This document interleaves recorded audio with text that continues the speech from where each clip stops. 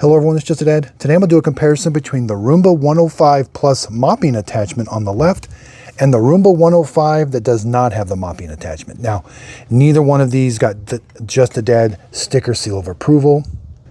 I am going to do a comparison, but right away I'm going to show you a really good alternative. I did buy these with my own money and I wasn't paid for this video. So if you want to save some money and have a great user experience and actually clean your house, the Mova S10 Plus is on sale for around $250. I absolutely love this robot. Again, I bought that with my own money, wasn't paid for the video. I'll put a link to it in the show description notes. I do have several videos where I compare it to the 505. I've got videos on the 505, but you'll notice all of these are missing the Just a Dad sticker seal of approval.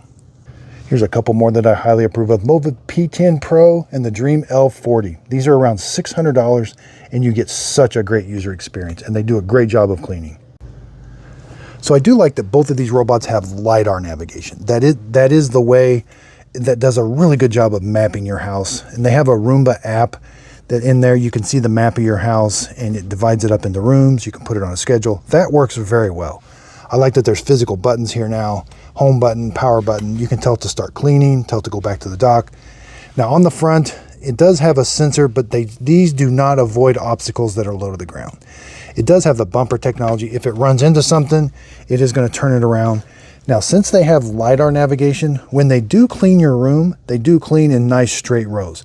They'll go around the perimeter of the room first, and then they'll clean in nice straight rows because they have LIDAR navigation. They don't rely on the bumper to change direction. Now, the bumper is only to change direction if there's an obstacle in front of it. Both of these robots will vacuum your house. When they come back to the docking station is the same. It's going to kick another vacuum on inside here. It's going to suck everything out of the robot into this dust bag. You'll have to change that dust bag about every couple months. It's very easy. You just pull up on that tab and put a new one in. Now we can see around back, there's the dustbin. It's going to auto empty out that trap door, and both of them are the same. Now both of them have the same brush roller. They don't do very good with long hairs. You can see that you will get some long hairs wrapping around the edge. There's no comb or anything, but they do an okay job of vacuuming. This one does have a mop pad that you have to install yourself. They both have a single brush roller on the side here that just spins. Now the 105 with mop does have a carpet sensor. The 105 without a mop does not have a carpet sensor. Both of them have these fall-off sensors. These little glass windows are so it doesn't fall down your stairs. They're called cliff sensors. Now the mop pad you have to install yourself.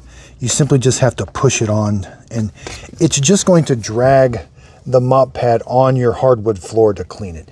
There is a water pump that keeps the mop pad wet, which I'll show you. Let's take the dustbins off. Are very similar except the 105 that doesn't mop doesn't have the water tank. So here's on the 105 with the mop, you're going to put your solution in water here. When it vacuums, everything goes here. Again, they both have the same dustbin here and the same filter size. And they both auto empty out the back. This one just has a water tank and there is an electrical connection for a little water pump. We can see right there. And then there's the little water pump that's going to squirt water down onto the mop pad to keep it wet. Now this robot cannot raise or lower the mop pad. It can tell you in the app where the carpet is, but you've got to go in the app and tell it to avoid carpet, make sure the carpet, otherwise this will, if it's got the mop pad on and senses carpet, it will try to avoid it, but if it has to travel from one spot to the next, it will drag this across your carpet if it's wet. Again, you have to take this off, put this in the laundry. This is going to capture the mud, and then you've got to put it in your laundry and clean it yourself, and then put the new one back on. And you do have to flip the robot over. Not necessarily, it might be easier. I do find this a little tricky. To take the mop pad on and off, just take the dustbin on and off if your robot's at the charging station. And then you can flip it over. Watch out, you may get some dust and particles come out. But again, you'll have to take the mop pad on and off yourself. So again, I'm going to show you real quick which ones I do approve of, but neither one of these. I mean, the 105, at least you're going to have a good user experience because it has LIDAR navigation. They have a new Roomba app. It's called the Roomba Home app. It is much improved, but you can't just throw a mop on the bottom of a robot and call it a mopping robot. I don't agree with that. I think you have to put a little bit more technology in there. Price-wise, this one, the Roomba 105 is around $300, but again, it's still not one that I approve of. But again, they do sell a bunch of these. I just checked Amazon lately, and they've sold 1,000 of these in the last month. There are better robots out there. That's why at the very beginning of the video, I tell you which ones I actually do recommend. And again, I can do this when I buy these with my own money. I can say whatever I want. You know, Roomba definitely wouldn't want me saying this all about them, but they're just a little bit behind. Again, the 505 isn't too bad. The price point's just too high. They have a 405, which I definitely don't recommend. The 705 was okay, but its price point's way too high.